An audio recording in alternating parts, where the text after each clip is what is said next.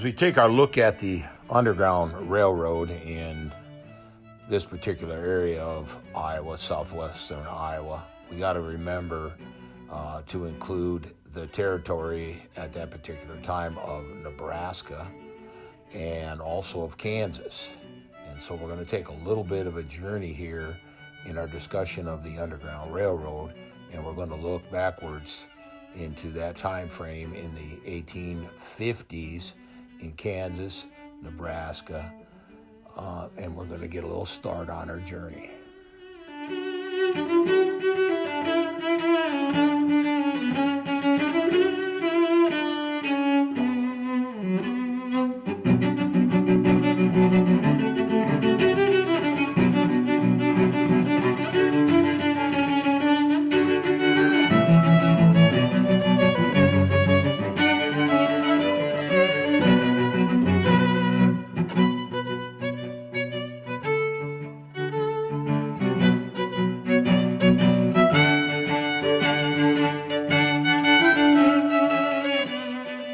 I'm over here in Nebraska City.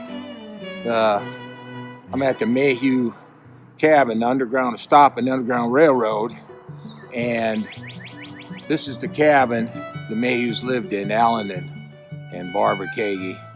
And one thing you want to mention is that Barbara's brother John was working with John Brown, taking slaves, taking them to freedom over there in Iowa and on into Canada. And this is the original cabin as it sits right here in town.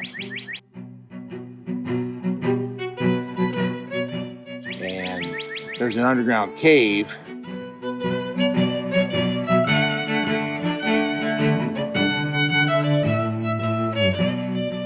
From here, it goes back in the distance and goes back in. You can see that fence back there.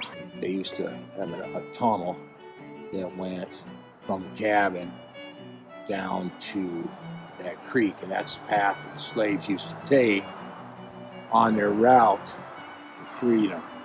But I mean, you can still come down here to Nebraska City and look at Nebraska's place.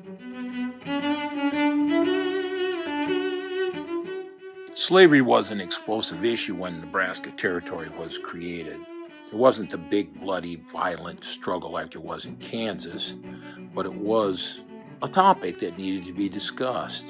As a matter of fact, there were not supposed to be slaves in Nebraska, but there were a few. In the 1855 territorial census, that listed 6 slaves as being in Otto County, owned by residents of Nebraska City. Stephen F. Knuckles is the guy we're going to look at. He had 5 slaves. Big businessman, and obviously very, very important to the particular area. We're going to talk about him amongst some other ones as we take our look at the topic of the Underground Railroad in this particular area.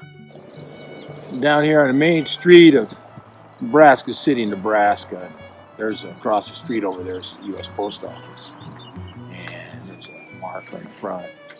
And it says that that used to be the location, the home of Stephen Knuckles, who basically was the planner, or the guy that was responsible for Nebraska City being the city. And we also have a monument right here that said this is a block off for the overland. This is the start overland trail here for the Mormons going out to Salt Lake City.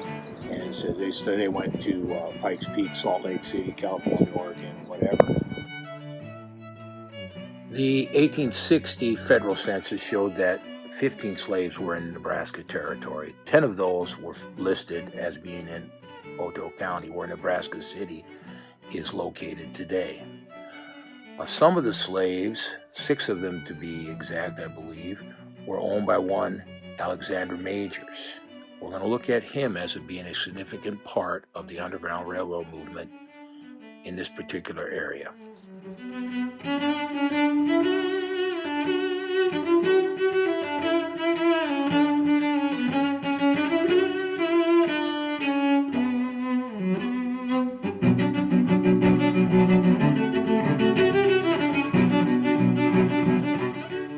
And all started down there. That's where I'm headed, down there towards the bottom. You can see the river down there a little bit, and I'll be down there in a little bit. Down there, right way down there is the Missouri River. There's Iowa over there, that bridge right there going across the Missouri River. Well, I made it down here to the Missouri River. There's the bridge down there, the new bridge going across. The old bridge used to be right about in that location right there. Came across in this particular direction where I'm standing. Going to look north up there. That's more of the Missouri River. And this is the place, this is one of the landings where they used to cross right over here. And you can see, imagine the slaves would get down here, coming up there from Mayhew Cabin, work their way down here to the river, and somebody would be waiting either here or upstream a ways. Across it, go into free territory of Iowa, state of Iowa. It was state in 1846 is still a territory. So that's a particular direction, and we're going to go up and take some more looks at some of the other spots.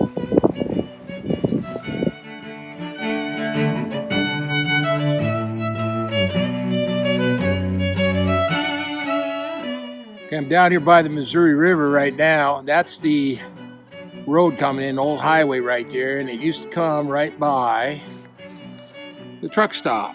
And an old abandoned building right now, as you can tell, there was an advertising sign. You can see some of the lighted signs where the gas pumps used to be. I think the gas pump used to be right along in there, maybe some diesel along in there. And eventually we're going to go up north, but right across the river, back up over in this direction, is some grain elevators. That's on the other side of the Missouri River. That's where Nebraska City, Nebraska is. And there is what's left of the old Highway 2. It's still here, and it's running right up in that direction toward the grain elevator. Back in that location would have been two bridges. It would have been the traffic bridge for cars and trucks going across, and then also the railroad bridge was back over in there, which the railroad used to cross right in here.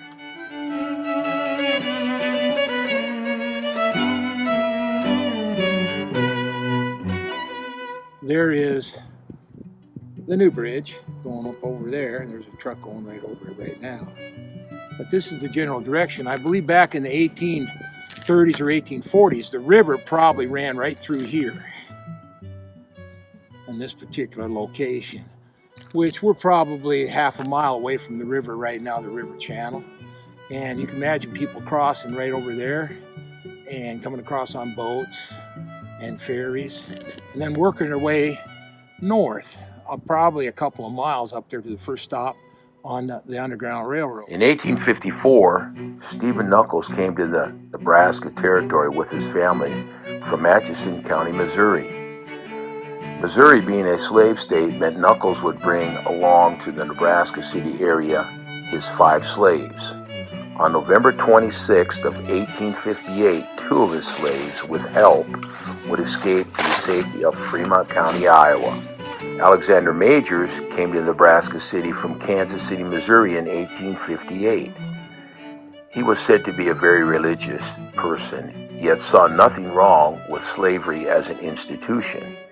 He was the owner of 6 slaves. In the summer of 1860, all 6 would escape to the safety of Iowa on the Underground Railroad.